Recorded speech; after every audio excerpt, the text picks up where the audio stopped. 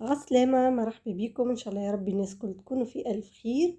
اليوم جيتكم بوصفة بنينة برشا وسهلة والناس كل تحبها، اليويو التونسي. شكون ما يحبش اليويو؟ ياسر بنين ونستحقوه في فطور الصباح وإلا مع قهوة العشية ولا مع كويس تاي. ديما يبقى الحلو التقليدي التونسي متاعنا بصراحة. بنته وحدها. بالنسبة للمكونات سهلة ما فيها حتى شيء. باش نستحقوا 3 بيضات، ساشي سكر فاني، خميرة حلويات، مغرفة صغيرة خل، ربع كاس متاع شاي، كاس شاي إلا الربع زيت نباتي، ونفس الكاس حليب يبدأ بحرارة الغرفة، 3 ملاعق كبار سكر، وفارينة. الفارينة ما نجمش نعطيكم الأحكار بالضبط خاطر تفرق. تنجم تستحقوا رطل كيما تنجم تستحقوا 600 جرام وإلا 700 جرام فارينة، خاطر تختلف من نوعية لنوعية.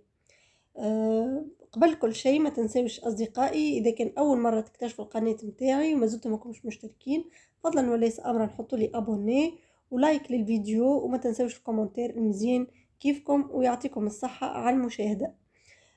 لهنا كيما شفتوا باش نكسر 3 بيضات ونزيدهم سكر، 3 ملاعق سكر،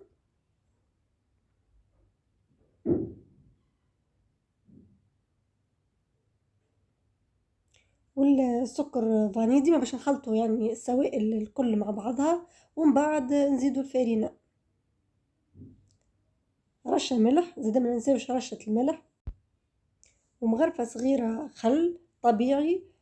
تنجموا تعوضوه بالكربوناتو، ربع مغرفة وإلا نصف مغرفة متاع قهوة كربوناتو، هذيك راهو سر الهشاشة متاع اليويو. والزيت بالطبيعة والحليب، نخلطوا السوائل الكل مع بعضها ونركضوها بالكدا حتى لين يذوب لنا السكر، وبعد نبداو نزيدوا بشوي بشوي في الفارينة ونغربلوها. بالطبيعة الخطوة هذه راهي مهمة برشا، يلزمنا نغربلو الفارينة، وما ننساوش بالطبيعة ساشي متاع خميرة حلويات.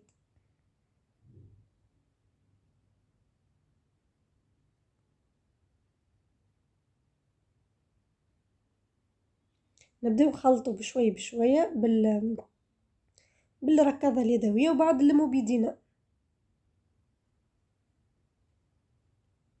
بالنسبة لي أنا الكمية هذه يعني ال3 بيضات طيحت لي ما شاء الله، يعني كمية باهية. نبداو نزيدو في الفارينة بشوية بشوية. علاش ما عطيتكمش حكاية الفارينة؟ خاطر راهو تختلف،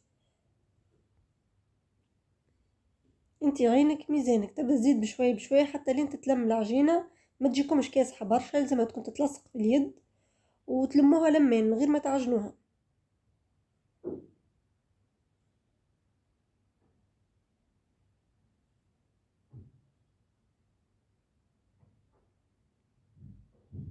فضلا وليس امرا ما تزابيوش الفيديو خاطر راهو هذاك يضر القناة، ونتمنى انكم تشاهدوا الفيديو للاخير.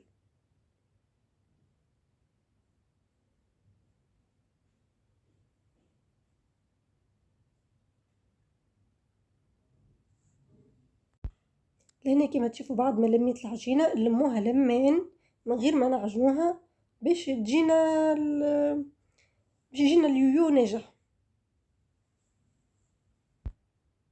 بالطبيعة اليويو بعد ما يطيب نشحروه. بالنسبة للشحور عملت زوز كيسان سكر، عليهم كاس ماء وعليهم 10 قارص، وخليته ربع ساعة يغلي، ما يجيش عاقد برشا الشحور. ربع ساعة بعد ما يبدأ معناتها يسخن الماء نطفيو عليه.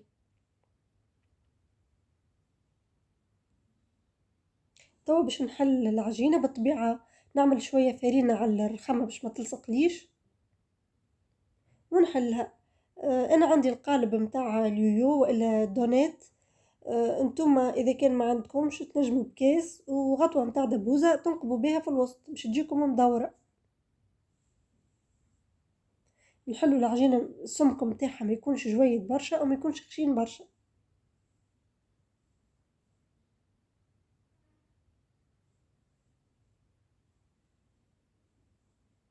ما ننساوش تصليوا على سيدنا محمد، اللهم صل وسلم وبارك على سيدنا محمد وعلى اله وصحبه اجمعين. البنات نحب نوجه كلامي للمبتدئات اللي يحبوا يتعلموا يعني الطبخ. فما برشا تجرب وصفة وتفشللها أول مرة، ومن بعد تبطل معناتها تكره التطييب وما عادش تحب تجربها. بالعكس راهو كي تفشل الناس الكل تعدينا بها المرحلة هذيا. ديما التجربة الأولانية ساعات تنجح وساعات لأ، ماهوش مبرر إنه الإنسان هكا يأيس ويكره التطييب ولا حاجة، بالعكس معناها الإنسان ما ينجمش ينجح سامحوني على صوتي، الإنسان ما ينجمش ينجح من غير ما يفشل، بالعكس لازم يكون الفشل هو حافز باش يكون عندك إصرار يعني على النجاح، وتعاود بقدرة ربي تعاود تجربها وتنجح فيها بإذن الله.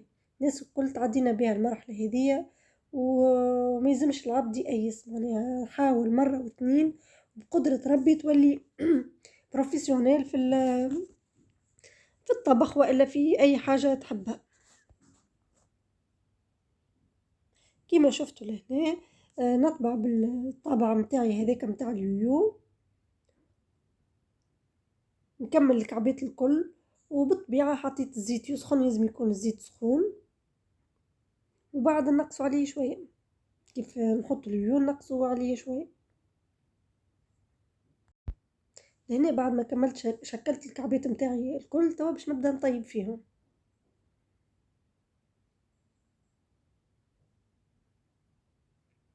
بالطبيعة الزيت متاع اليورو يعمل الكشكوشة، معناها باللي تحاولوا لازم باش يعملك الكشكوشة البيضة هذيك، خاطر العجينة فيها العظم.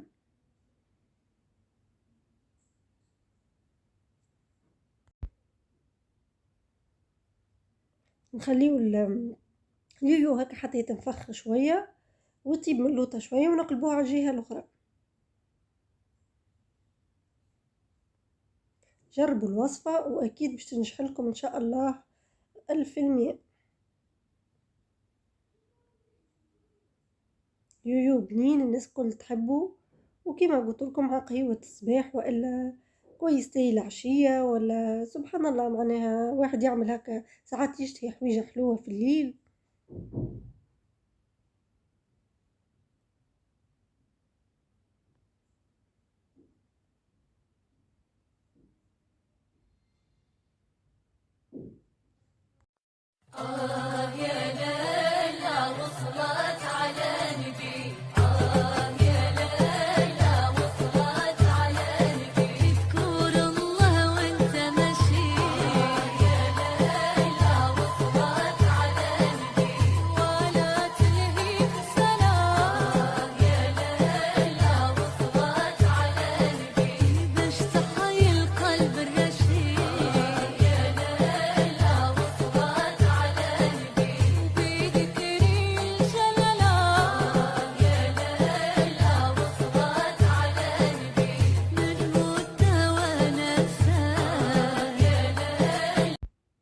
أصدقائي اليويو متاعي توا حضر بنة وخفة، ما نحكي لكم مش صدقوني جاي خفيف وهشوش روعة. ننصحكم تجربوا، وما تنسوش تحطوا لي لايك على الفيديو باش تشجعوني وتحفزوني كل مرة نحط لكم وصفة، وما تنسوش تشتركوا في القناة إذا كان مازلتوا ماكمش مشتركين، وفعلوا الجرس باش كيف نهبط فيديو جديد يوصلكم إشعار.